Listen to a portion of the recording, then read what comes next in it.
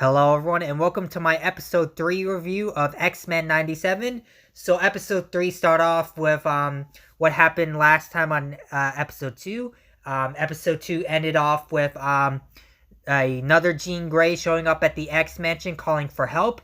And this episode's opened up where that left off, and we see Beast is examining the other Jean Grey that showed up to the mansion, and it turns out the other Jean Grey that showed up to the mansion is indeed the real Jean Grey. So the Jean that we know for episodes 1 and 2, and the one who gave birth to Cyclops' son, that being Nathan Summers, is indeed a clone.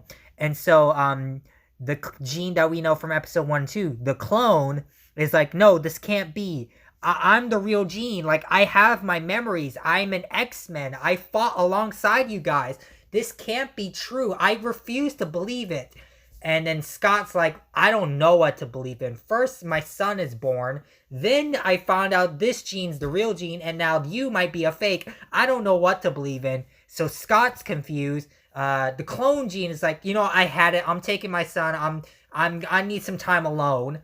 And we found out Beast is, trying to nurse, the real Jean back to health. And the rest of the X-Men are like, WTF. They're seriously like, WTF. What the heck's going on? What the H is going on? And so, while that's happening, the clone Jean is, saying, am I really a clone? This can't be. I refuse to believe it. And she starts hearing voices, ominous voices. And the ominous voices telling you that you were made for a purpose. Now do your purpose. Fulfill your purpose to me. Bring me the child. And Clone Jean's like, my head, something's going on. And she's like, what's going on? But I must fulfill something. Something's happening to me. And so we cut back to Beast and the rest of the X-Men.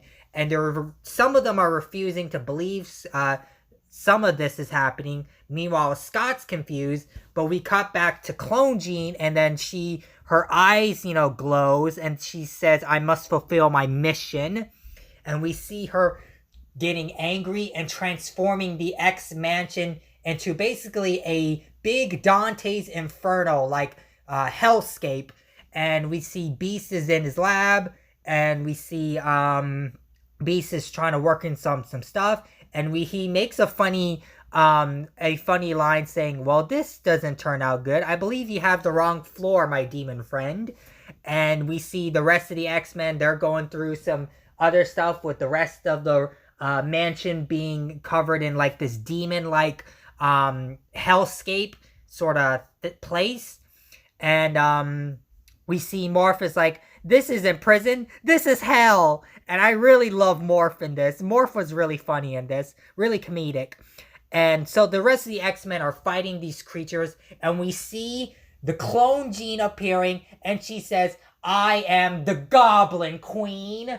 And she says, I must fulfill my mission. So she takes baby Nathan, and she's going to take him to none other than Mr. Sinister. Yes, Mr. Sinister, clone Jean Grey. And thus, his plan is to, I'll explain that in a little bit. But first, Clone Jean, or a Goblin Queen / Madeline Pryor, takes baby Nathan and goes to wherever she's going to see Mr. Sinister. So the rest of the X-Men are like, we need to get Nathan back. Cyclops is like, I need to get my son back. And so they're fighting the demons, but they're, having bad luck. And, they're not doing good. And then eventually, the real Jean Grey wakes up and uses her powers to stop the hellscape illusion / monsters. And then she's like, guys, you need to stop Mr. Sinister. And then she passes out. And then Beast is like, we need to stop Mr. Sinister. We need to go after him, but we don't know where he is. Scott's like, we need to go ASAP. And Magneto, I forgot, Magneto's in this episode, but he's not in, he's actually part of this episode. He helps the X-Men form like a strike squad to get baby Nathan back and to stop Mr. Sinister and Goblin Queen. But X-Men, the rest of the X-Men are trying to figure out where the heck is Mr. Sinister. We cut back to Mr. Sinister. Mr. Sinister's like, excellent, my creation. You done well. You fulfilled your purpose. Now, bring me the child so I can fulfill my ultimate experiment. So, Madeline Pryor, Shastian Clone Jean slash Goblin Queen is like, yes. So she hands him baby Nathan. And so Mr. Sinister puts baby Nathan in this like green ooze type liquid. And so these mechanical like nano circuit things starts putting itself on baby Nathan's body. And so it's trying to transform baby Nathan into the ultimate mutant. Again, Mr. Sinister's goal is to create the ultimate mutant weapon or the ultimate mutant. And so the rest of the X-Men are trying to find Mr. Sinister. And Morph is like, guys, I know where Mr. Sinister is. Remember, guys, I was brainwashed by him. I used to be brainwashed by this guy. So I know his location, guys. I know where we can find him and kick his butt. And so the rest of the X-Men are like, yeah, let's go kick his butt. And so Morph leads the rest of the X-Men, along with Magneto, to Mr. Sinister's location. And they eventually have a huge fight against Mr. Sinister. And Jean is still, the real Jean is still recovering back at the mansion. But the rest of the X-Men, they find Mr. Sinister's castle slash location slash base of operations. They eventually infiltrate the castle. They fight some few robots, I think. And eventually, they eventually find Goblin Queen slash Clone Jean slash Madeline Pryor, whatever the heck you want to call her. And so they eventually fight her. She's fighting the rest of the X-Men.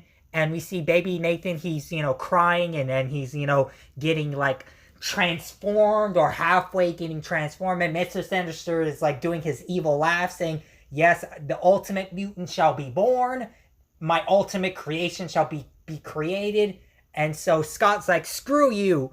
And so he try to reason with, Clone Jean slash Goblin Queen, Madeline Pryor, whatever the heck you want to call her. And so he convinces her to say, hey, look, you given birth to my son. You're his mother. You're being controlled, and you need to save our son, essentially. Our son is in danger. You need to save him. We need to save him. Eventually, Scott's reasoning did manage to get to Goblin Queen. She turns on Mr. Sinister. The rest of the X-Men and Goblin Queen fights Mr. Sinister. They defeat Mr. Sinister, and Mr. Sinister goes, fools, you don't know what you done. So he disappears, and the rest of the team are like, damn it. And they eventually save Nathan, but baby Nathan, is sick. His halfway transformation is basically poisoning him through this like cyber virus. If you read the comics, you know why he becomes Cable, and you know why he has a cyber virus. Essentially, the green liquid that he was inside of basically was trying to mutate his genes and trying to make him into a perfect like being, except the transformation wasn't complete. So that's why baby Nathan is sick, because his transformation wasn't complete. That's why he has a cyber virus, if you would. It's a cybernetic techno-organic virus that's killing him / infecting him, that's making him sick while also infecting his body. And so Goblin Queen like, oh my gosh, what have I done? My son. And so the rest of the X-Men goes back to the X-Mansion. They're in the lab. Beast is trying to do his best to try to save Nathan, but he concludes that Nathan can't be saved unless they can treat him in the future. And Bishop's like, look, I can take your son to the future. We can give him the help that we need, but he's gonna have to stay in the future with me and the rest of the remaining future mutants of the X-Men that are in the future, so that we can treat baby Nathan, so that we can somewhat heal him in the future. So Goblin Queen, or Madeline Pryor, or Clone Jean, whatever the heck you want to call her again, so she agrees. She doesn't want to, send her son to the future, but she has to in order to let Bishop, give the future, take him to the future in order to, have the people from the future save his life. So, she says goodbye to her son. Scott says goodbye to his son, but Scott is super pissed off, and he's like, I don't want to leave you, but I'm sorry, my son. So he says his final goodbyes to his son. So Clone Jean / Goblin Queen and Scott say goodbye to their son. And, Bishop takes, baby Nathan to the future in order to, get the help that baby Nathan needs. And it sort of ends in a sad tone. And the episode ends off with, Clone Jean / Goblin Queen meeting with the real Jean and both of them sort of, say, look, we both love Scott in a way, but we're still kind of broken in a sense. Like, the real Jean lost a lot of years of her life, and the clone Jean basically has a lot of life, but also she lost her son, and she's, very sad. So they reconcile and they decide to go their separate ways. The real Jean decides to stay with the X-Men, and the clone Jean / Goblin Queen going her separate ways. I don't know where she's going, but it ends off of there. And the episodes end off kind of in a sad note. And episode 4 is about, about Jubilee and Roberto, and that's going to be awesome. But anywho, that's pretty much it for that's my review. And overall, what would I have to say? What are my thoughts on episode 3? The episode 3 is basically an adaptation of the Infernal arc from the X-Men comics, and all I have to say is that it's pretty good. I love how they did the Goblin Queen story. I love how they treated the clone Jean / Madeline Pryor story. I love how they brought back the real Jean Grey. I love how, Baby Nathan / Cable, Baby Cable, is going to get the help he needs in the future. And we found out in other episodes, like episodes 5 and 6, episodes 5, that Cable will show up in episode 5. But we'll talk about episode 5 when I get to episode 5. But overall, what are my final ratings for the episode? I give it a good solid 8 out of 10. It was a good episode. Highly recommend checking this out. Really, really good. Other than that, I hope you guys like my review for episode 3 of X-Men 97. There's going to be a lot more episodes, reviews. I know I'm trying to catch up and do my episode reviews on a consistent basis. But I'm going to get there, guys. I'm going to catch up, guys. I promise I'm going to catch up.